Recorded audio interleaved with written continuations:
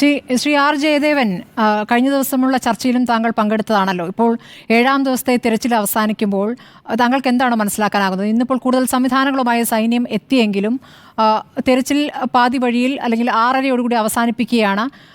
ഈ ആദ്യം ലഭിച്ച സിഗ്നലുകളും സൂചനകളും ഒക്കെ തെറ്റാണെന്ന് പിന്നെ ബോധ്യപ്പെടുന്നതിലേക്ക് എത്തുകയുമാണ്. എന്താണ് ഇനി ചെയ്യാനാവുക?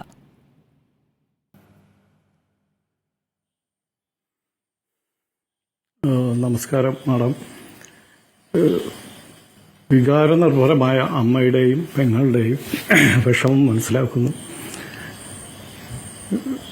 അപ്പോൾ ഈ ഇതിലേക്ക് പോകുന്നതിന് മുമ്പേ എനിക്ക് പെട്ടിമുടിയെ പരാമർശിക്കാണ്ടിരിക്കാൻ സാഹചര്യമുണ്ട്. കാരണം രണ്ടും വളരെ വ്യത്യസ്തമായൊരു സാഹചര്യമായിരുന്നു. അതായത് പെട്ടിമുടിയിൽ ഒരു രാത്രി കറണ്ടോ വെളിച്ചമോ ഒന്നുമില്ലാത്തൊരു സമയത്ത് പെട്ടിമുടിയിലെ ടീ ഫാക്ടറിയുടെ പെട്ടിമുടി മാനേജർ വിളിച്ചിട്ട് ഞങ്ങളുടെ ജില്ലാ ഓഫീസറോട് പറയുകയാണ്, ഇവിടെ എന്തോ ഒരു ഭയങ്കരമായൊരു ദുരന്തം ഉണ്ടായിട്ടുണ്ട്, ഞാൻ താമസിക്കുന്ന ക്വാർട്ടേഴ്സിൻ്റെ മുമ്പിൽ വരെ വെള്ളം എത്തിയിട്ടുണ്ട്, എന്തായാലും നാളെ അതിരാവിലെ വരണമെന്നുള്ളൊരു മെസ്സേജാണ് പാസ് ചെയ്യുന്നത്. കാരണം അപ്പോൾ ആർക്കും എന്തുമില്ല. പിറ്റേ ദിവസം ഞങ്ങൾ സന്നാഹമായിട്ട് അവിടെ ചെല്ലുകയാണ്. അതിനു മുമ്പേ മൂന്നാർ ഫയർ സ്റ്റേഷനിലെ എല്ലാവരും അവിടെ എത്തിയിട്ടുണ്ട്. അപ്പോൾ ഞങ്ങൾ അവിടെ ചെന്നപ്പോഴത്തേക്കും ഇരുട്ടിൽ തപ്പുകയാണ്. എന്താണ് ഏതാണെന്നൊന്നും ഒരു രൂപമില്ല, ഒരു നിരന്ന ഒരു പ്രദേശം മാത്രം. അപ്പോൾ അതന്നത്തെ സാഹചര്യം.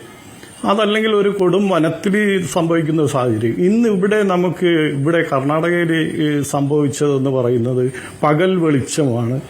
അതുമല്ല, ഇന്ന് നമുക്ക് എല്ലാ സാഹചര്യങ്ങളും, അതായത് ഉണ്ടായ സംഭവങ്ങളുടെ ലെഫ്റ്റ് റൈറ്റ് അല്ലെങ്കിൽ ആ സമയത്ത് അവിടെ ഉണ്ടായിരുന്നവരുടെ മൊബൈൽ ഫോണുകൾ എല്ലാം നമുക്ക് പരിശോധിച്ചിട്ടൊരു ഏത് രീതിയിൽ എപ്പോൾ വേണേലും പരിശോധിച്ചിട്ട് അതിനൊരു സുഗമമായൊരു രക്ഷാപ്രവർത്തനം അവിടെ നടത്താം.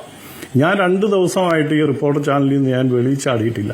രാവിലെ 7:30-8 മണിക്ക് ഞാൻ കയറി കഴിഞ്ഞാൽ വൈകിട്ട് ആണ് മിക്കവാറും ഇറങ്ങുന്നത്. അപ്പോൾ ഇത് വളരെ സസൂക്ഷ്മം ഞാൻ നിരീക്ഷിച്ചുകൊണ്ടിരിക്കുകയാണ്. തീർച്ചയായിട്ടും ഞാൻ ഇനിയുള്ള രക്ഷാപ്രവർത്തനം അല്ലെങ്കിൽ ഈ ലോറി പോയ സാഹചര്യങ്ങൾ ഞാൻ പരിശോധിച്ചില്ലേ അടുത്തോളം ഇത് തീർച്ചയായിട്ടും ഈ കരയിൽ തന്നെ ഉണ്ട് എന്നുള്ളതാണ്.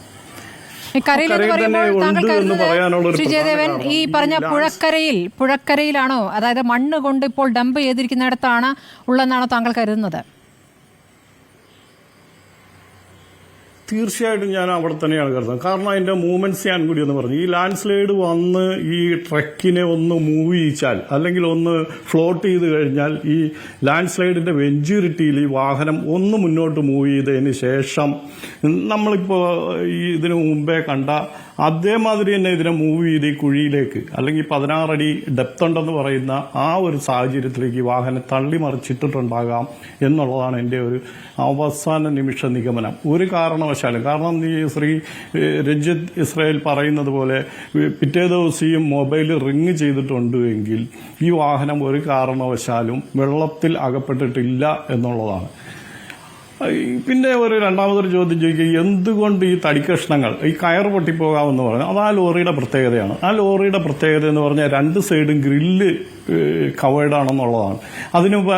എന്നാണ് എൻ്റെ ഒരു വിശ്വാസം. അതിനെ ഒന്നുകൂടി പരിശോധിക്കണം. അതിനുശേഷമാണ് ഈ തടി റോപ്പിട്ട് ചുറ്റി വരിഞ്ഞിരിക്കുന്നത്.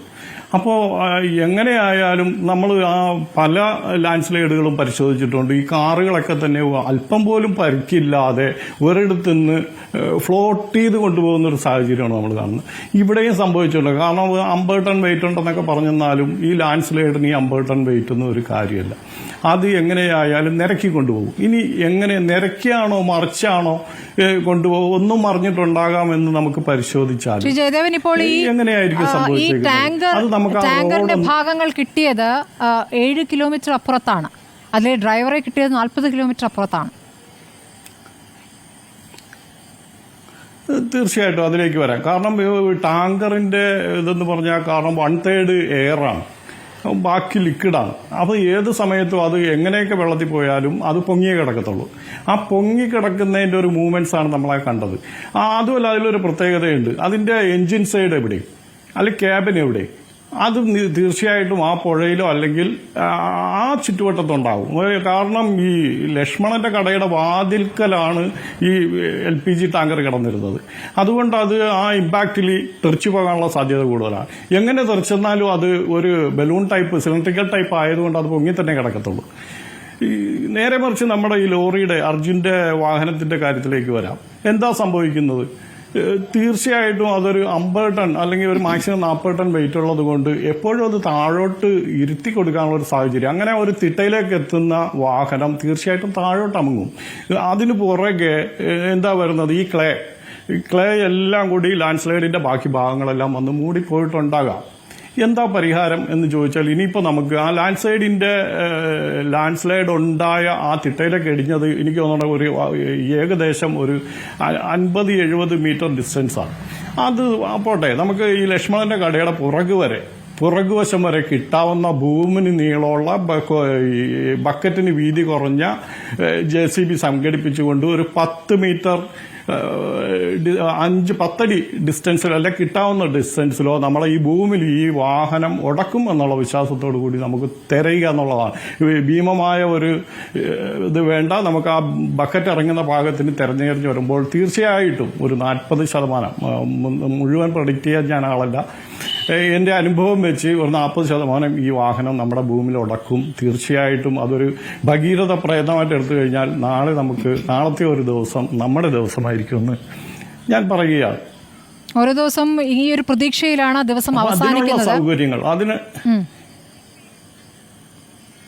പറയൂ.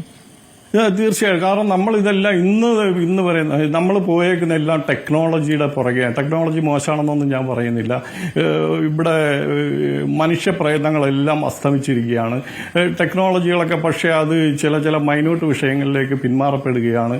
നമുക്ക് ഈ ചില ടെക്നിക്സ് അല്ലാതെ കണ്ട അവിടെ മറ്റ് പ്രയോഗങ്ങൾ ഇനിയിപ്പോൾ അത് കഴിഞ്ഞിട്ട് അല്ലെങ്കിൽ ഇതിന് സമാന്തരമായിട്ട് നമുക്ക് പുഴയിലും പരിശോധിക്കാം. പുഴയിലെ പരിശോധന നിർത്തണ്ട. കാരണം അതിനൊരു കാരണം പറയുന്നത് നമ്മളെപ്പോ പരിശോധിച്ചാലും സമയക്കുറവുണ്ട്. ഞാൻ ഒന്ന് താങ്കളിലേക്ക് വരാം. 5